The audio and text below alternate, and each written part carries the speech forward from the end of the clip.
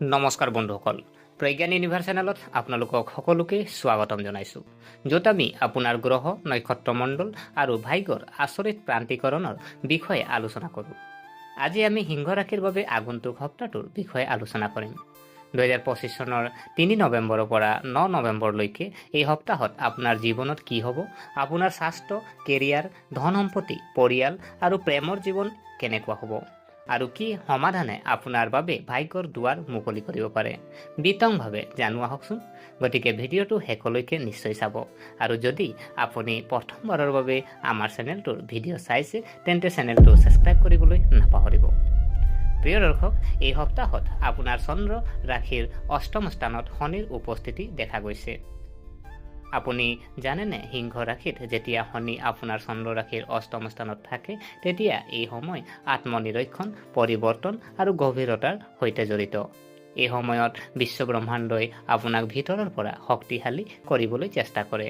শনিদেৱে আপোনাক শিকাব বিচাৰিছে যে ধৈৰ্য, অনুশাসন, আত্মনিয়ন্ত্ৰণৰ দ্বাৰা সফলতাত লাভ কৰা হয়। এই সপ্তাহত বহু সিংহ ৰাশিৰ জাতক জাতিকাই নিজৰ জীৱনৰ বিষয়ে কিছু গভীৰ উপলব্ধি অনুভৱ কৰিব। কেতিয়াবা হঠাতে কথাবোৰ হাতৰ পৰা পিছলি যোৱা যেন লাগিব পাৰে, কিন্তু চিন্তা নকৰিব, এইটো কেৱল কৰ্মৰ নিৰীক্ষণৰ সময়। আপোনাৰ চন্দ্ৰ ৰাশিৰ লগ্ন যিহেতু প্ৰথম ঘৰত, কেতুৰ উপস্থিতিয়ে ইংগিত দিয়ে যে আপুনি আপোনাৰ জীৱনৰ কিছুমান বিশেষ পৰিস্থিতিৰ প্ৰতি অলপ বিভ্ৰান্তি অনুভৱ কৰিব পাৰে।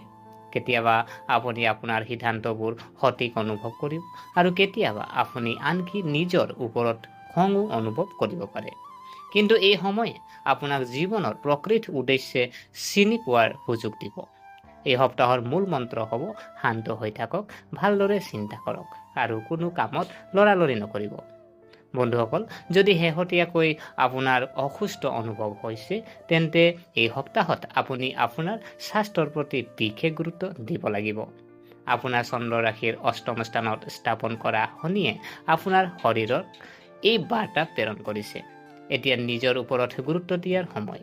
যদি আপুনি টোপনিৰ অভাৱ, মানসিক চাপ বা পাচনতন্ত্ৰৰ সমস্যাৰ সন্মুখীন হৈছে তেন্তে ই আপোনাৰ শৰীৰে আপোনাক জিৰণি ল'বলৈ কোৱাৰ লক্ষণ। প্ৰথমে খাদ্য অভ্যাসৰ উন্নতি কৰক। এই সপ্তাহত টেঙা আৰু ভজা খাদ্যৰ পৰা সম্পূৰ্ণৰূপে আঁতৰি থাকক।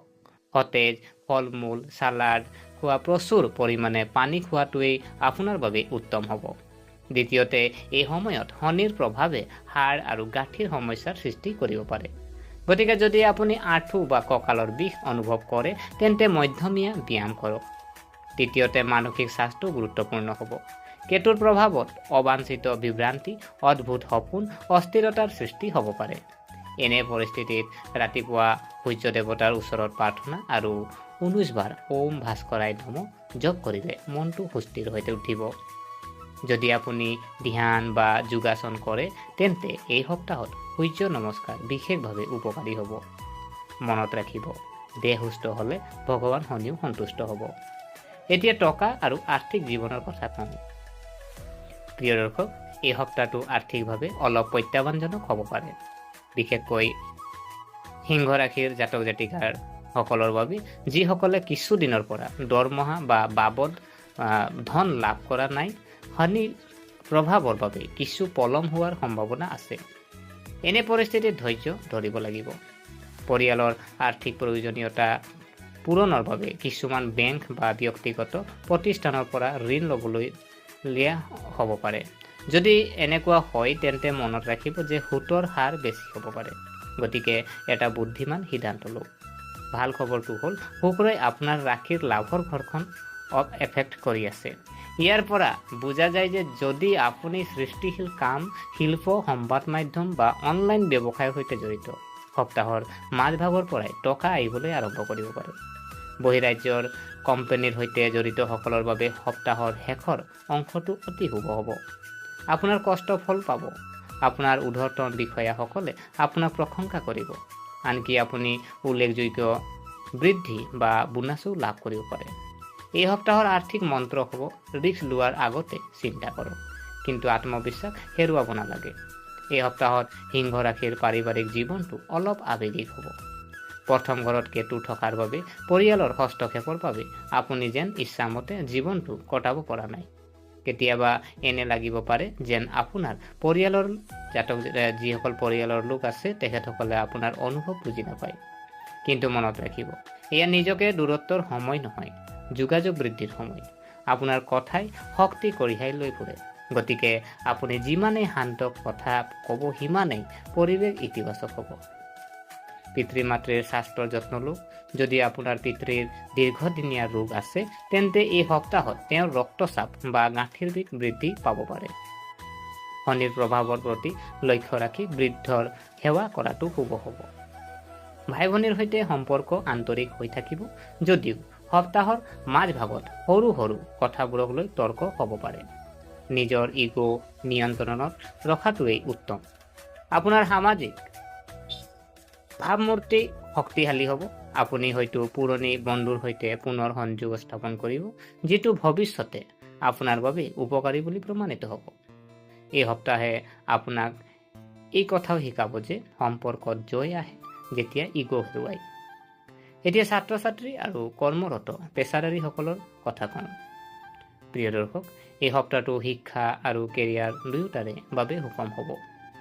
শিল্প, সংগীত, ডিজাইন বা লেখাৰ দৰে সৃষ্টিশীল বিষয় অধ্যয়ন কৰা ছাত্ৰ ছাত্ৰী যিসকল আছে তেখেতসকলৰ এই সময় তেওঁলোকৰ বাবে অতি শুভ। কেতুৰ প্ৰভাৱে আপোনাক কল্পনাৰ সৈতে সংযোগ কৰে আৰু এইটোৱে আপোনাৰ সৰ্বাধিক শক্তি হৈ পৰিব। যদি আপুনি প্ৰতিযোগিতামূলক পৰীক্ষাৰ বাবে প্ৰস্তুতি চলাইছে, সপ্তাহৰ প্ৰথম 3 দিনত অধ্যয়নত সম্পূৰ্ণৰূপে মনোনিৱেশ কৰক। সপ্তাহৰ শেষত গ্ৰহৰ অৱস্থানে ক্লান্তিৰ সৃষ্টি কৰিব পাৰে। গতিকে আপোনাৰ সময়সূচী সুষম ৰাখক। কৰ্মৰত পেছাদাৰীসকলৰ বাবে যদি চোৱা হয়, সপ্তাহৰ মাজভাগত ঊৰ্ধ্বতন বিষয়াৰ পৰা প্ৰশংসা বা পদোন্নতিৰ সম্ভাৱনা আছে। বিদেশী কোম্পানীত কাম কৰা সকলৰ বাবে বোনাছ বা নতুন দায়িত্বৰ ইংগিত দিব পাৰে। কিন্তু মনত ৰাখিব যে শনি গ্ৰহক অষ্টম স্থানত ৰখাৰ ফলত কিছুমান কামত পলম বা বাধাৰ সৃষ্টি হ'ব পাৰে।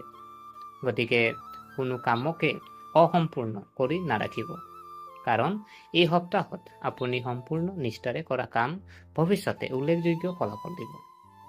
এই সপ্তাহে আপোনাৰ প্ৰেম জীৱনত মিশ্ৰিত ফলাফল কঢ়িয়াই আনিব। সম্পৰ্কত থকা সকলৰ বাবে এইটো হ'ব ইজনে সিজনৰ অনুভৱ বুজি পোৱাৰ সময়। কেতিয়াবা আপুনি অনুভৱ কৰিব পাৰে যে আপোনাৰ সংগীয়ে আঁতৰি গৈছে, কিন্তু বাস্তৱত গ্ৰহবোৰে বিচাৰে যে আপুনি দুয়ো সিজনে সিজনক কিছু ঠাই দিয়ক। অবিবাহিতসকলৰ বাবে এই সপ্তাহে এজন পুৰণি বন্ধুৰ সৈতে পুনৰ সংযোগৰ সংকেত দিব পাৰে। শুক্ৰৰ প্ৰভাৱে আপোনাক কোনো বিশেষ ব্যক্তিৰ ওচৰলৈ আকৰ্ষণ কৰিব। কিন্তু কোনো সিদ্ধান্ত লোৱাৰ আগত নিজৰ হৃদয় আৰু মন দুয়োটা ব্যৱহাৰ কৰক। বিবাহিত জাতক জাতিকাৰ বাবে এই সপ্তাহটো হ'ব যোগাযোগ বৃদ্ধিৰ সময়। স্বামী স্ত্ৰীৰ মাজত এটা পুৰণি সমস্যা সমাধান হ'ব পাৰে আৰু সম্পৰ্কত এক নতুন উষ্ণতাৰ সৃষ্টি হ'ব।